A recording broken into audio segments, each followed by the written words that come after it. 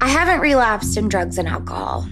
That's something that I'm very proud of. I'm coming up on 5.5 years of sobriety, and that's something that's been difficult at times, but one thing that I haven't fully conquered is my eating disorder.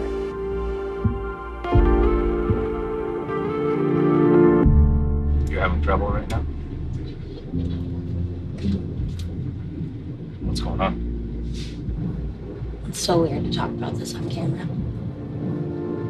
I relapsed with throwing up, binging, purging. When? A couple nights ago. The less I have to think about food, the easier it is for me to go about having a normal life. And I don't want to let anybody down.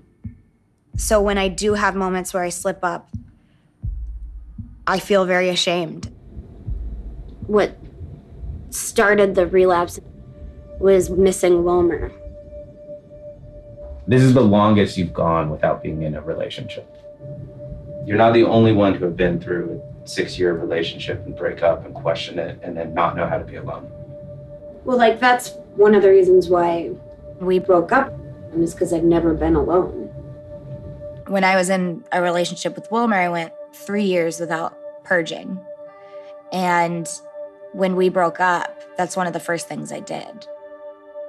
And when I feel lonely, like my heart feels hungry. Right. And then I end up binging. And I don't know how to figure out how to be alone. What do you think came first for you in terms of chasing the high? Was it the drugs and alcohol, or was it the food? The food came first. When I was about 8 years old and my little sister was born, a lot of the attention was taken off of me and onto my little sister. I had started working at that time, so I was under a lot of stress. So I would bake cookies for my family, and I would eat all of them, and nobody would have any to eat. That was my first memory of food being that medicine for me.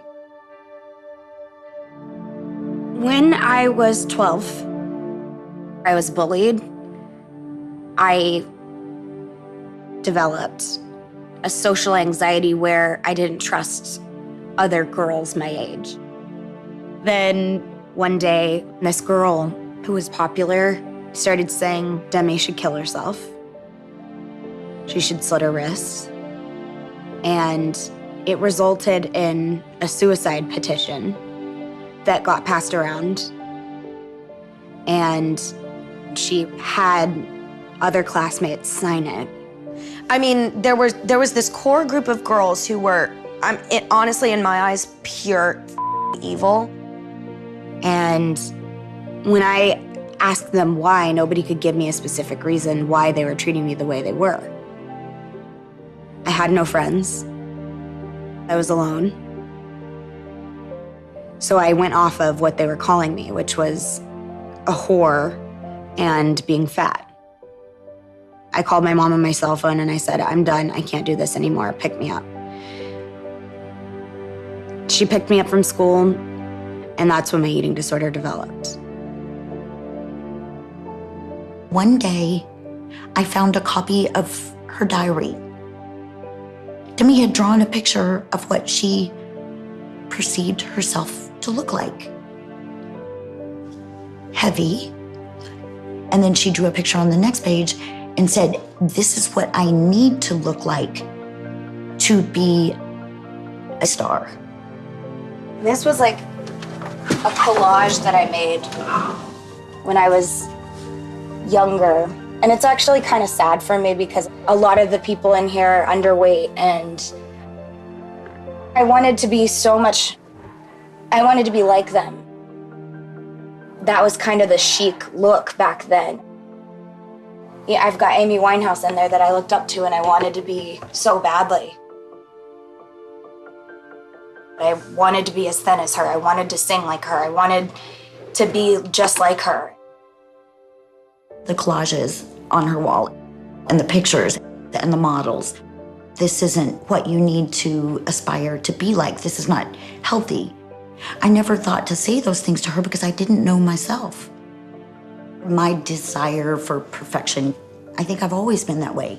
I felt I had to be thin to be beautiful and successful, and that this is what you need to look like in order to be perfect.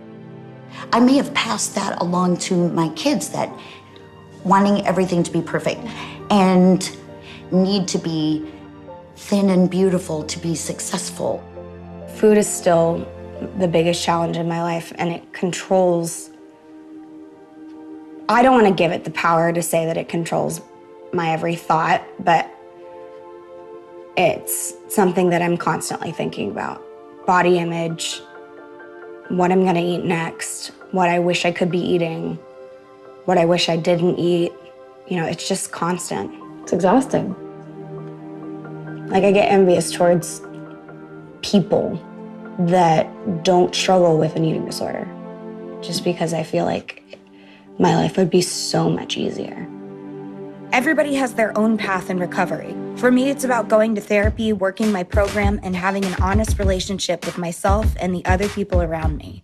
I had come across Jay Glazer in Unbreakable Gym, and I felt like it would be great for her.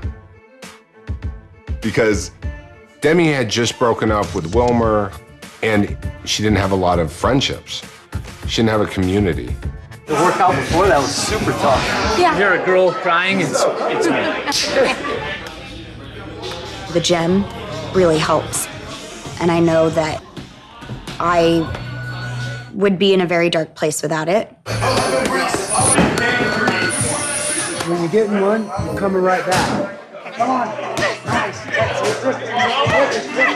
Where's your kick? There it is. You know, it's Monday when you get punched in the face by Randy Couture. Randy Couture. Only like MMA legend. At the time, she loved kickboxing, and I was really hoping that she would fall in love with jiu-jitsu.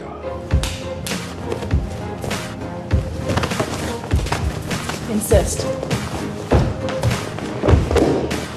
It would give her some pride in having her own thing. It's empowering, and I watch her light up. It's a physical chess game. It makes her think. Anytime I'm able to take my mind off of any of my addictions, it's very beneficial to me, because you're constantly thinking about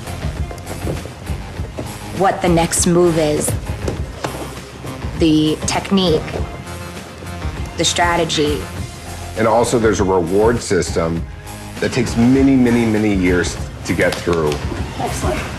Back up. In jiu-jitsu, we start with a white belt. Every time you get a promotion, it's a stripe. We do 4 stripes on each belt, and then we move to the next belt. One goal that I haven't reached is a black belt. Being able to work towards that is something that I'm passionate about. I hope to God to see her into her 30s and to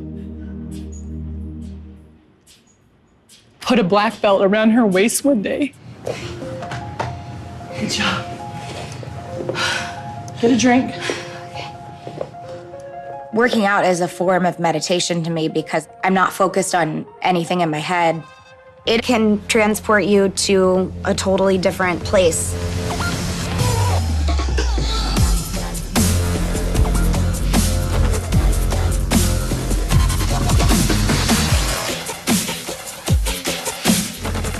I'm on a journey to discover what it's like to be free of all demons.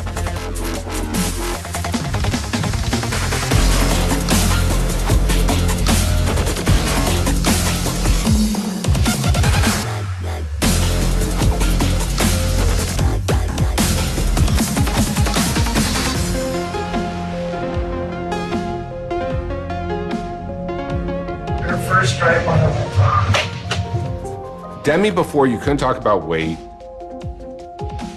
We literally couldn't use the term working out. And now she loves it. I don't want to know what it's like to get really punched in the face by. By Randy Couture? Man, it's like playing basketball with Michael Jordan.